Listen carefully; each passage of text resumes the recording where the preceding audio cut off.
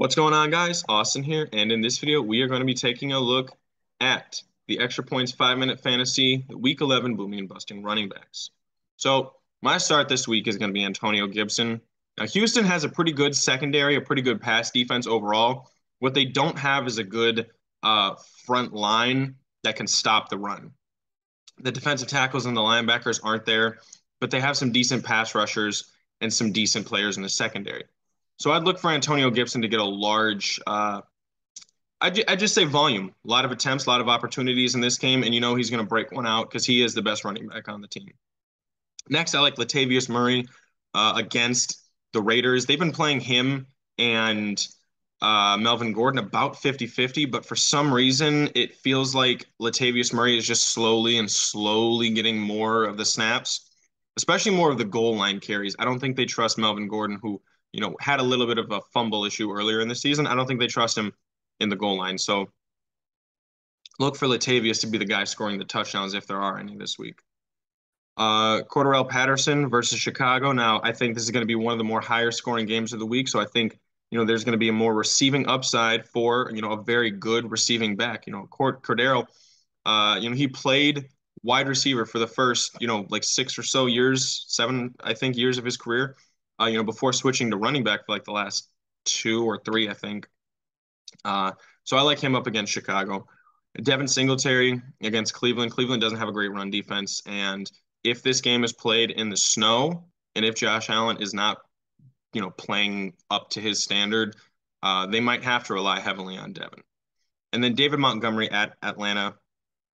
For some of the same reasons that I was talking about Cordarrelle, the same reasons, I'm going to say about David. It's just going to be a higher scoring game. He's got a little bit of a receiving upside.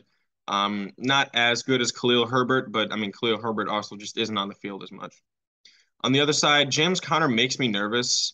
Um, I don't, it was weird that the Cardinals cut Eno Benjamin and now they're rolling with James Conner. And I mean, he's had a little bit of a like a banged up lower body this year.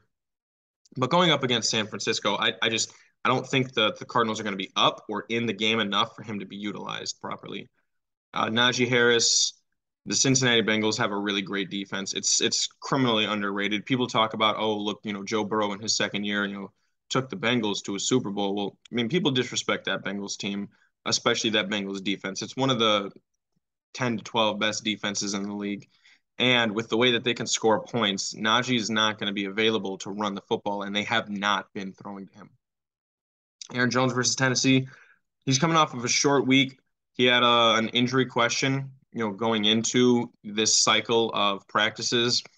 And I think this is going to be a game where they can keep it lower scoring. So it's going to be more of an A.J. Dillon game, if I had to guess. But in all reality, the Tennessee secondary is just so atrocious that for me, it feels actually more like a wide receiver game than it does a running back game.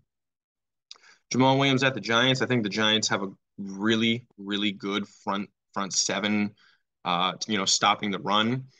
And, it's going to be to the point where I believe that Detroit, if they want to win the game, even if it's low scoring, I think they're going to have to, use the passing game more than anything else. So that's what I'd be looking for in that matchup.